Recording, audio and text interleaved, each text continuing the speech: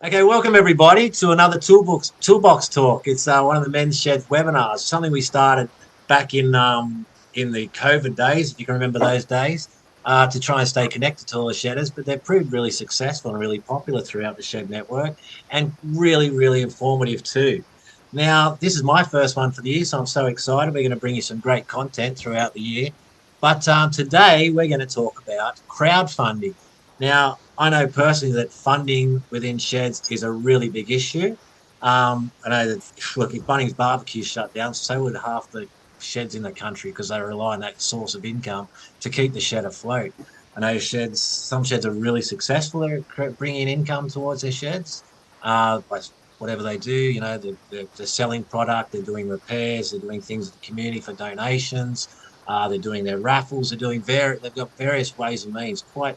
Quite innovative, our sheds out there about raising money. But do you guys know about crowdfunding? Because that's what we're going to talk about today.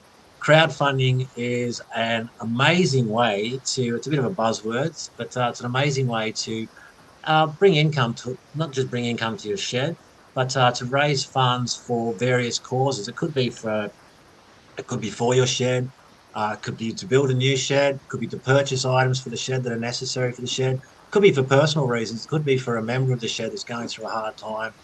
We also know that sheds are always network is fantastic because they're always getting in touch with AMSA saying, look, you know, we know there's floods in South Australia, you know, or fires in WA, and we want to help those sheds out there. Everyone wants to pull together and help some way.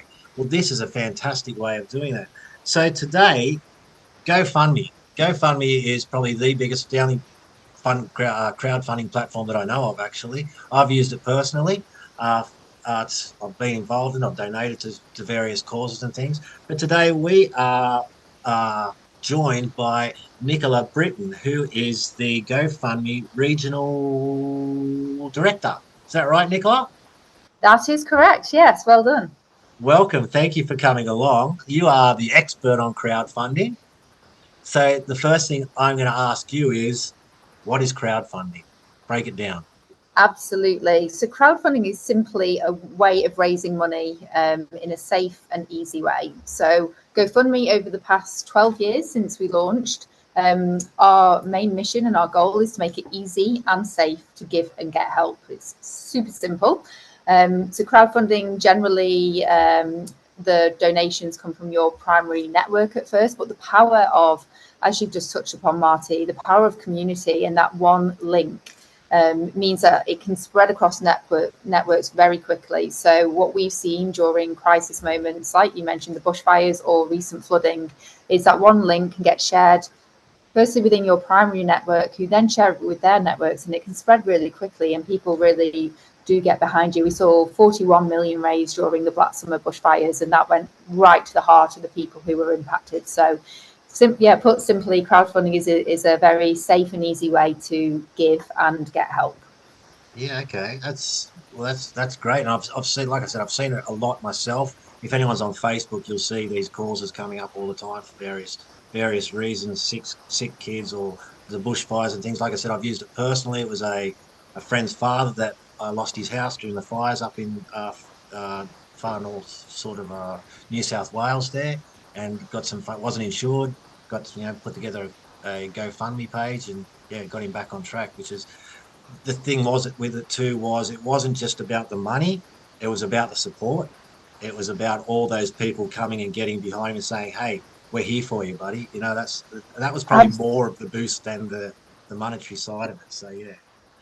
But absolutely, and we hear that time and time again. So when you make a donation, you can leave a comment, and people talk about the impact of those comments when they're going through really challenging times. It gives them a boost. That people that they've not heard from for 10 years reach out and leave a supportive comment, and it gives it's beyond the donations, like you say. That certainly helps during distressful times, but it's about the morale boost in the community element. You'll never walk alone.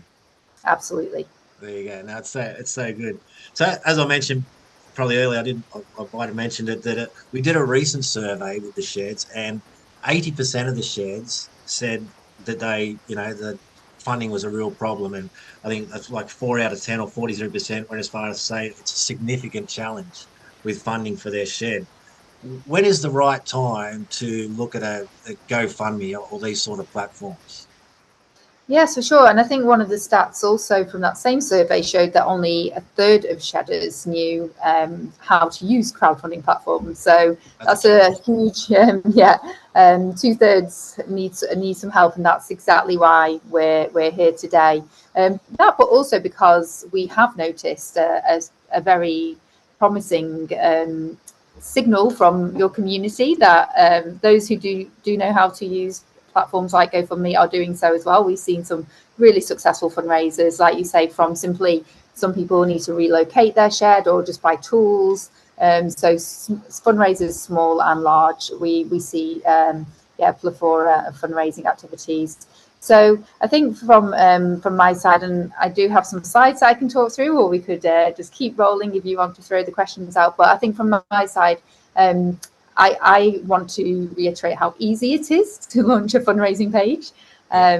It's, if anyone has any hesitations or they don't think they're tech savvy enough, it's a concept that a lot of people are daunted by, especially when they see these big fundraisers in the media raising hundreds of thousands of dollars. Generally, that's not the normal use case. Normally we see people fundraising to raise $1,000 and they do it very quickly. I think some of the myths and the myths that I like to bust are that you get to keep every dollar of what you raise. You don't need to hit your target. There's some creative fundraising platforms and small business platforms where you do have to hit your target, but every dollar that you raise you get to keep. So it's very easy, and then even if you don't hit your target or you're just shy of it, you'll still get to keep that money. So I want to see these slides because that's the big thing. I know technology is a big stumbling block for a lot of the sheds out there, a lot of our demographic, me included. But you said earlier that a lot of sheds you've seen a lot of sheds already get onto these GoFundMe, have been using GoFundMe to raise money for particular causes and things. Absolutely, yes. It's fascinating what we see. So like you say, sometimes it's sheds coming together to do a fundraiser for their community and not necessarily for them, or sometimes it's for the specific needs of the shed. Yeah. We often find that with sheds, like they're a charity themselves. They probably need the money, but they'll go out and raise money for other causes and things like that, because I guess that's what brings them joy. That's what it's all about, is helping other people. The endorphins and things that are released from that sort of feeling, the gift of giving sort of thing. But yeah, there's a lot of research about the power of giving to boost your own mental health. 100%. I believe that 100%. So that's a whole nother subject. Yeah, absolutely. We can do a second webinar. Yeah, all right. Happy to chat. Please talk us through it. Tell us more about it and how sheds can get involved and what the benefits are and things. Absolutely. I'll fire away, starting with sharing some get me off the screen. We'll bring you back at the end. Nope. Alrighty. So I appreciate that everybody is time poor, so I will try and keep this as succinct as possible. But yeah, first of all, I don't need to do the introduction. That has been beautifully done for me. I'm Nicola. I've actually been the regional director for GoFundMe for 5 years now. So I think that's quite significant when you think about what we have been through as a country over the past 5 years. So I joined in 2019, then we lived through the Black Summer bushfires, which rolled on into 2020. And I remember being in the office every day for 6 weeks, helping Australians. Really, one thing we will talk through is how we balance speed and safety. So we have a verification process to make sure that donations are going through the right place, but we know that in certain circumstances, people really need those funds within 24 hours. And so we try as much as possible to balance that speed and safety. So during the bushfires, as you can imagine, that was a huge operation behind the scenes at GoFundMe. And just a few months later, we hit COVID in the country, our borders closed, and we saw international students and small businesses and all sorts of people we never expected to be turning to GoFundMe, using GoFundMe to fundraise for their emergency needs. And we really do see that, GoFundMe is often a last resort for certain certain scenarios, such as the rental crisis at the moment. We're seeing a lot of people fundraising to relocate or pay for their rent. And what we always, what I like to think about that is, yes, we welcome and we are very happy that we can support those people through challenging times, but that wasn't necessarily what the platform was built for. So we do try and flag those issues with policymakers as well. So all that to say, people are using GoFundMe for all sorts of reasons, and as long as it's within our terms of service, which we'll talk through. That sounds pretty scary, but it's not. We just have legal and compliance terms. Then you can fundraise for anything you want. So while primarily, yes, we'll talk through fundraising for your shed or your community, like Marty touched upon, it could be 5-10 years time that you might find yourself needing GoFundMe for something else. So I hope this provides kind of a broad overview of how and why you can fundraise. So just to bring to life everything, the concept of the scale and volume of activity we've seen from your community already, is we had a shed being relocated. The Fraser Coast Men's Shed launched their GoFundMe to relocate. And then there was a break-in at the Monash Men's Shed, and they wanted to help recover some of the costs from the break-in. So like I say, really, even within the shed community, there's a real diverse use of use cases and needs within that category alone. So never think that it's I think what we definitely hear on our side is when we speak to people on the phones, they I think there's a mental barrier sometimes, thinking that there's people more needy than others. But at the end of the day, if it's your primary need is your primary need, and there's a real diverse use case on our platform. So ultimately, our goal is to help people help each other, and as I previously mentioned, in a safe and easy way. And we're here to help you do that. So we have unparalleled trust and safety operations. I think one of the things that people are always surprised about, and I'm sure even just doing this webinar today, people are always very surprised to hear that we have teams working behind the scenes. Yes, we're a tech company, and primarily the core product and the platform is built on some pretty smart tech. We also have people behind the scenes helping. We know that every single fundraiser has its own different story. There's a lot of nuance to the stories we see, and everyone deserves access to help where they need it or if they get stuck. So we have people behind the scenes, and a third of our team is actually trust and safety, and they're helping make sure that funds go to the right place, that people are who they say they are, and in some circumstances, and I find this fascinating, a lot of the times the fundraisers meet their goal or exceed their goal, and sometimes they've a sick child needs $100,000 and the community raises $200,000.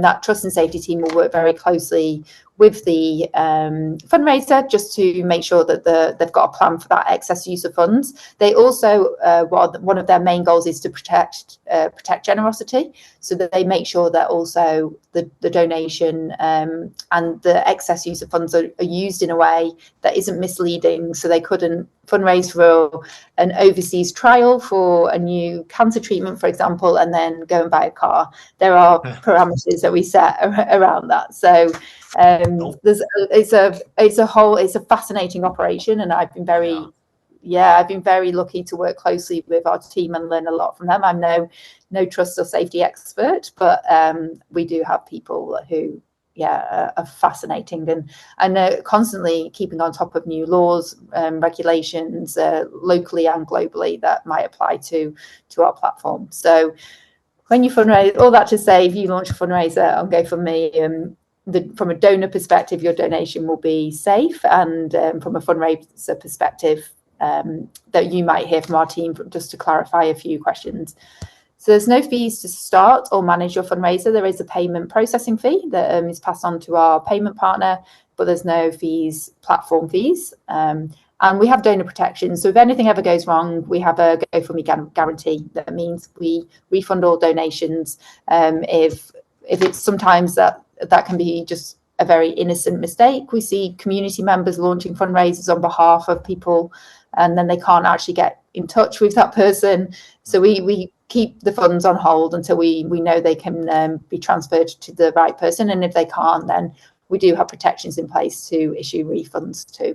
So I think that's another thing, that when people hear that there's protections in place, they breathe a sigh of relief. It means that you can go ahead and rally around and get the donations, especially when they're time critical, knowing that if anything goes wrong, we will make sure they are refunded back to those donors' bank accounts directly. So it's pretty simple, I think, and I'm not just saying this because I work at GoFundMe and I live and breathe it every day. We have a very smart team who have built the platform to make it accessible to all. But it is as simple as jumping on our homepage, GoFundMe.com, and clicking the start button, and then it will guide you through step by step what you need to do. So this first stage is just simply telling your story. We have a bit more guidance further on in the slides, but tell your story and setting a goal. Now, the telling your story piece is really important, because when you're gathering donations, not only will our trust and safety team want to see that there's like a clear explanation around how you intend to use those funds. You couldn't just say fundraising for my shed, because that could mean you potentially want to buy weapons for your shed. Not suggesting that anybody on this call would do that, but that would be outside of our terms. Look, nothing would surprise me. So when I say we have terms of service, that would definitely be a breach. So we do ask for at least 1 to 3 paragraphs explaining why you're fundraising and what you're fundraising for. You set your goal. The goal is very important. People think once it's set, it's set. It's absolutely not. It's normally just a goal for your donors to see that they're helping you edge towards your goal. But if you exceed your goal, you still get to keep that money. And if you want to move your goal because it's doing better than you expect, you can do that too. All we ask is that you post updates, but I will talk through that process, and we have people in real time, if you did launch one, that would help you through that process too. So then it's as simple as, once you told your story, set your goal and punched in your personal details, you'll get a link to your fundraising page to accept the donations.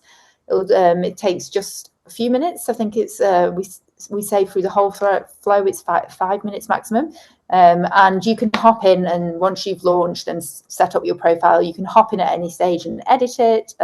There's a dashboard that you'll get access to with fundraising tips and details, and that helps coach you on your journey, so you're not just alone. It'll talk you on the next map where you're up to in your fundraising journey and give you advice and recommendations along the way.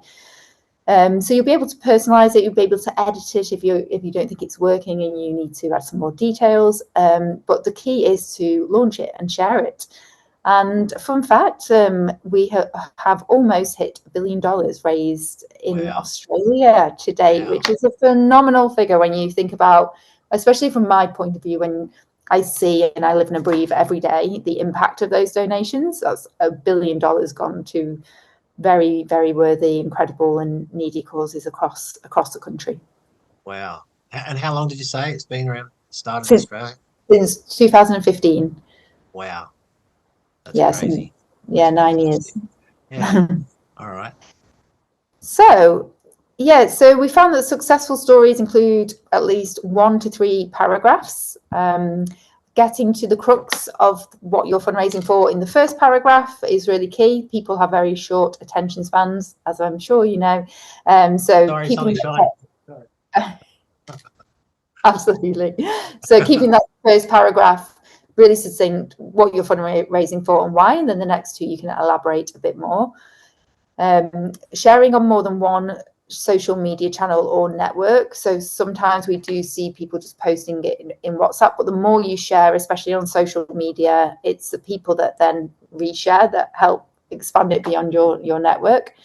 And then we recommend updating your fundraiser within 7 days. You can post an update to keep your donors updated on the journey. Now that does 2 things. We see that people sometimes donate again because they see the impact of the donations or the progress, but also they can see that the funds are either being used for what they said they were, and they again might just simply reshare it if they can't afford to donate again. But keeping your fundraiser updated with the update feature, that is very easy to find in your dashboard, helps people stay connected to your fundraisers. So if you launch another one in the future, or a second fundraiser, they would be more engaged with your journey and more likely to donate again. And then adding bank information so that money can be transferred as soon as possible. We have a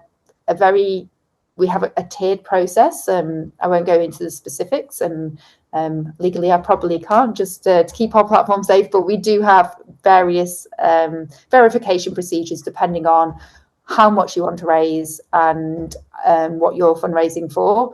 But all of that information, like I mentioned previously, is a lot of nuance, and a lot of every fundraiser is unique. That will all be tailored to your experience, and your journey will be tailored, and you'll be talked through it either through somebody from our team in Australia reaching out, or via email, or through prompts in your dashboard once you set it up. So it will be very easy and obvious once you've launched your fundraiser. This might seem quite hypothetical now, because you could be fundraising for an entire new shed at 200k, or you might just need $100. So speaking to the hypotheticals is quite challenging, but generally there'll be different layers of verification required depending on how much you want to raise. But setting up that transfer process as soon as possible, it will mean that we can help walk you through that from the start, and any blockers we can get sorted quickly, so the money lands in your account and gets working on the ground as quickly as possible. Wow. How can you be sure your donation is safe? This is every time I am at a new event with new audiences, or even with friends or new family members, this is the first question that I get asked. So how can we know that the donations are going to the right place? Well, it's a huge question, isn't it? With the scamming and stuff that's going on, sort of thing. It's a real worry. Absolutely, it's a real worry, and I think absolutely, Marty. There's so many ways that people can manipulate different platforms, and just scammers are getting savvy. So we have, as I have touched on previously, but we have lots of payments integrity technology and teams, so people monitoring the platforms at all times. So like I say, I'm absolutely no expert in this, and I wish I was, because I find it fascinating. And we announced this week actually that globally we've raised 30 billion on GoFundMe across all of the countries we're operating in. So when I think about that number, that's a pretty impressive number, not only to raise but to keep safe, and to, when we're moving funds around countries and between people, it's always risky, but it's a testament to my incredible and much smarter than me colleagues around the world who are building the platform behind the scenes. I get the fun job of singing their praises without actually doing the work. So I'm very lucky. But we have identity verification. So you have to be verified by GoFundMe, and then our team will also work closely with our payment partner. So I think what a lot of people don't realize is that we are held to the highest of standards, the same as a bank would, because we work closely. We process all of our payments through our payment partner, Adyen. So our trust and safety experts are responsible for identifying the identity of the campaign organizers. So you as an individual, that you are a legitimate human. And there's various ways that they do that. In some cases, if I was fundraising for Joe Bloggs in Sydney CBD, who I just saw got mugged, but I didn't know Joe Bloggs, the funds wouldn't come to me. The trust and safety team would work with me and figure out a way to find Joe Bloggs, and then we'd add Joe as the beneficiary, so the funds would go straight to him. So there's no risk of me seeing that money land in my account and thinking, you know what, actually I'm near David Jones, I'll go and get some shoes. So So they work with the campaign organizer to verify them as an individual, and then the beneficiary, the person who will ultimately be spending the funds, and monitoring the platform for any misuse. So every single fraud report is investigated by our team, and they are investigating things behind the scenes. They then hand over, once everything's cleared from a trust and safety perspective and lots of green ticks there, they'll hand it over to our payment partner to process the funds. So funds always remain under our control until we're happy that they will reach the right place. And again, I think that's one of the biggest misconceptions, is that you launch your fundraising page and go off and raise $200,000 and it's in your account the next day. Unfortunately, that would lead to a lot of scams, and I probably would be retired by now. So yeah, we always remain in control of the funds until we're sure that they can reach the right place, and that is usually really quickly. We've, over the past 12 years, we've picked up a very we've streamlined the process, so we have lots and lots of signals now whether it's a credible fundraiser or not. And so we can deliver the funds pretty quickly when we need to. And like I said, if anything does go wrong, either initially or a bit further down the line, we'll do a little investigation. And if anything isn't as it seems, or if there's any misuse, whether accidental misuse or intentional misuse, the donation is protected for up to a year after it was made. So we will always refund those donations. Yeah, wow. Which is more than you could say for the raffle down the road. If you give, you don't know where that money's going. Once you hand that money over, it's in someone else's hands, and you don't know where it goes from there. At least this way, there's sort of a third party involved, sort of thing, where you guys are, okay, let's manage it. Let's make sure everything's legit before we pass it on. That is right. It puts the responsibility on us to really nail that vetting and verification. And also, we want to protect generosity, because we know that it takes, especially at the moment with the rising cost of living, we know that everybody who does donate does so out the goodness of their heart. So we don't want to anyone to ever worry about where it's going. So yeah, that guarantee really helps reassure people that if they want to request a refund in 6 months' time because they weren't too sure that the funds went to the right place, we would honour that. Yeah, wow. So where should you go to get started or further information? So it's as simple as hopping on to the GoFundMe homepage, gofundme.com, start a GoFundMe button right there at the top, and that will take you through the start a fundraiser flow. It will ask you up front whether you want to start a fundraiser for an individual cause or a charity. So it's worth me calling out here that there's two streams of fundraising on GoFundMe. So the individual fundraising stream is for personal expenses. The top three categories are medical, which probably doesn't surprise you, memorials, and animals. So we see a lot of people fundraising for both wildlife shelters and also vet bills. That's definitely increased with the rising cost of living. $500 for an operation you weren't expecting can tip you into financial crisis at the moment. So the individual fundraising stream is for those individual causes, and then on the other side, we have a registered charity fundraising database. So you can, if your shed is set up as a registered charity, which I believe most are, or all are, Marty, I think all yes. are. Yep. Majority, yes. Yep. Majority. Yes, you can. Majority. Yep. You can find your shed if you're enrolled with the PayPal Giving Fund, who is our partner on the registered charity fundraising side. If you're registered with the PayPal Giving Fund, then you'll be able to just search our database, and your charity name will come up in our database. So just for those who don't know PayPal, what's that? So for those who don't know PayPal, they have the PayPal Giving Fund is a private and public ancillary fund, who accept the donations and then pass it on to the charity. So enrolling with PayPal first will automatically mean that you show up on third-party platforms like Facebook and GoFundMe, so that if people, general general members of the public want to fundraise for their local charity, they can just punch in Ballarat and it will list all of the charities in Ballarat. So it's really a way of capturing all of the primary use case, if I'm honest, is like people who go out and do marathons and fitness challenges, and they want to launch a peer-to-peer charity fundraising page, but they're not sure that the charity they want to fundraise, they might search that database for somebody to fundraise for. So if you're not enrolled, we can also follow up with information about how to enroll with PayPal, and then you'll show up in the GoFundMe database, and you can either launch a fundraiser as a charity, and then all of the funds will automatically go into your Shed's charity bank account that's linked to PayPal.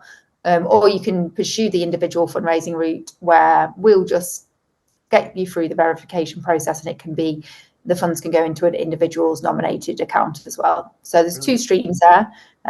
With the PayPal stream, you can log into the dashboard. There's a dashboard which will help with financial reporting, but they're both equally as efficient. It just depends on how you're set up and what suits you. Excellent. All right. Continue. Sorry to interrupt. Amazing. And so we have a room for Q&A. Marty, I think you covered off a few at the start, but I don't know. You've been very thorough. The whole thing is sort of answered. Like, I'm best at doing these things because I'm so ignorant. So I have all the questions in the world, but you've been so thorough with that presentation. But I guess the things... the main thing is it safe? Is it easy? I know it's easy. I've done it myself, so I know it's easy. And the way you've explained it is very easy once you get on the website. But so where do we go if you want to start a GoFundMe page? So if you just search GoFundMe.com on Google, will be the top page you see there. And there's tons of guides as well if you get stuck along the way. As I said, once the fundraiser is launched, there's a dashboard that will guide you through what to do next at different points in your journey. But generally, you will once you've launched your fundraiser, it will be very easy. But it's hard to miss. If you type GoFundMe into Google, it will take you to the Australian homepage. It will take you through the process. And there's nothing too big or too small, is there? Like you say, people have raised money for their pets, and it doesn't matter. It could seem like a silly cause to some, but you don't have to donate to it if you don't want to. If you think it's a silly cause, people don't have to donate to it. But that's exactly right. It's just a way of a safe and easy way for people out there to help others that think, oh yeah, I know such and such, I want to help them. And if Barry down the road, his dog needs an operation. I know Barry really well. I know he's doing it hard here. He's $5. What's the smallest donation you can make? I mean, the smallest donation you can make is $5. Nothing, absolutely. It's a cup of coffee sort of thing. So yeah, you can do that and feel good about yourself, and yeah. And off the top of my head, I can't remember the stat, but the exact percentage, but the majority of donations are between $20 and $50. So that $20 and $50 bucket it's not people donating thousands. It's lots of people banding together rather than those big donations. Yeah. So what are the parameters to having a fundraiser? Like, can they guys do it if they need a particular tool for the shed? Does it matter? Or yeah, absolutely. Like you say, personal, crisis issue sort of thing, and just be anything like your raffle just to raise money, isn't it? Absolutely. And there's also no time frame on when you have to close down the fundraiser. So you could launch it tomorrow and use it year on year on year, and just post an update or edit it if you're fundraising for tools one year and the next year you need something else. You could just have a general fundraiser that is for the listing multiple reasons you might use those funds. We don't need to know specifically which hammer you're going to buy, but if it's generally for supplies for your shed, you could keep that open for 10 years using the same link, just asking, because when you share that link, you have to remember that you can add context to the link. If you're sharing it on Facebook or if you're sharing it on email, you can add lots of context around the why you're fundraising again to your prospective donors. So you could keep that link, that fundraiser, quite broad for general. Right, so it could be like having on your website, you see a donate here. You could have something similar to that, basically. Absolutely, and that we do have widgets, so you'll find in your dashboard, managed dashboard, some code and where you can embed the fundraiser onto your website. So if any of the sheds have their own websites, there's a very easy embed code. So there's a widget to donate to the shed that can just be evergreen and live there for as long as you need it. Beautiful. Wow. So yeah, that's the thing I was thinking. Is it just for a certain time? Is it can only put up for a month or something? Or there's no prize involved, so there's not it's not like a raffle where you got to give a prize out on a certain date or anything like that. It's just here's a cause. You feel like donating. You feel like feeling good about yourself. Go donate to this cause, whatever. That's a great. Absolutely. Yeah, too easy. Why didn't someone think of this before? Why didn't we think of this, Marty? Yeah, I know. Yeah.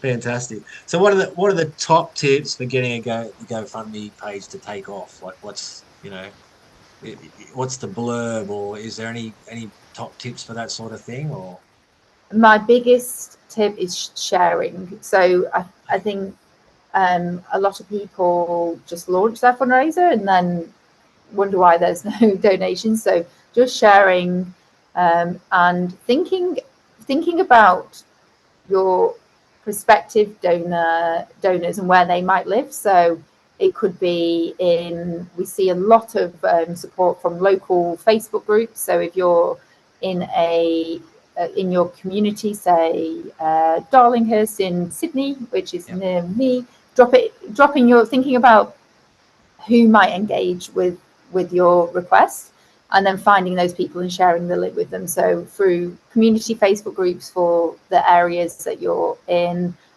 notice boards. We do have in the dashboard a QR code that you can print out in a sheet so community notice boards. Sharing is the absolutely main thing. Media. So if you do launch a fundraiser, so my colleague Joe, we have a team of comms and media experts who help connect people who are fundraising with media, because they're a really powerful tool to share stories and ask for donations on your behalf. So I'd always just recommend sharing as much as possible and really thinking about where those donors might discover your story. So for example, when you say sharing, it's sharing on social media, Facebook and things like that. So potentially if I shared it with cousin Betty in South Africa, she could share it. People over there could donate to my page as well. Yeah, absolutely. Really? And if international. And if the call, absolutely, we can process international donations. So the biggest fundraiser ever in Australia was the Port Macquarie Koala Hospital during the Black Summer bushfires. Yeah, and we had donations from, I think, over 150 countries all around. Yeah. Wow. It's fantastic. Yeah. That's so good. I bet you've heard some fantastic stories. You could write a book, I'm sure. I have a long list of fascinating fundraisers. That could be a whole nother webinar. I bet it must be so heartwarming. Well, my TV screen just crapped itself yesterday. Do you reckon I could start a GoFundMe page? Go for it. I'll chip in. Good idea, legend. It'll be you and my mum. The world's smallest TV. Anyway, no, it's been a real pleasure. That's so good, and I really encourage the sheds to just jump on the website, have a look, and I'm sure there's all the support in the world. If they struggle with it, all the support in the world is there to get on it. But from my knowledge and from my experience, it was so easy to set up. I was like, wow, this thing really works, and it's sort of fun to watch it go up and up and up, because you sort of set a goal of $100, $500, $5,000. You just watch it. I know there was a recent one with some friends that did one and far exceeded the money they needed. It was like, wow, this is just fantastic. Sort of everyone was excited. Everyone was sort of talking about it. Look what they've raised for this cause, a certain cause. I won't disclose what it was, but it's like, look at this. And everyone was so excited that so many people from the community that these people were a part of that pitched in to do that. So yeah, it really is a great great show of humanity. There you go. I couldn't agree more. I always say that I get to see the good side of humanity. Yeah, fantastic. You and I both with the men's shed. So there you go. Yeah. Nicola, it's been an absolute pleasure. Thank you so much for being so informative and yeah, and for the work you do too. Fantastic. So thanks Thank so you much. very much. And I really encourage the guys to check it out, give it a go. Yeah, and thank you once again. And we hope to talk to you Thank again you for soon. having me. It's much appreciated. All right. Take care. Thank Thanks so you. much. Bye. Bye. Bye.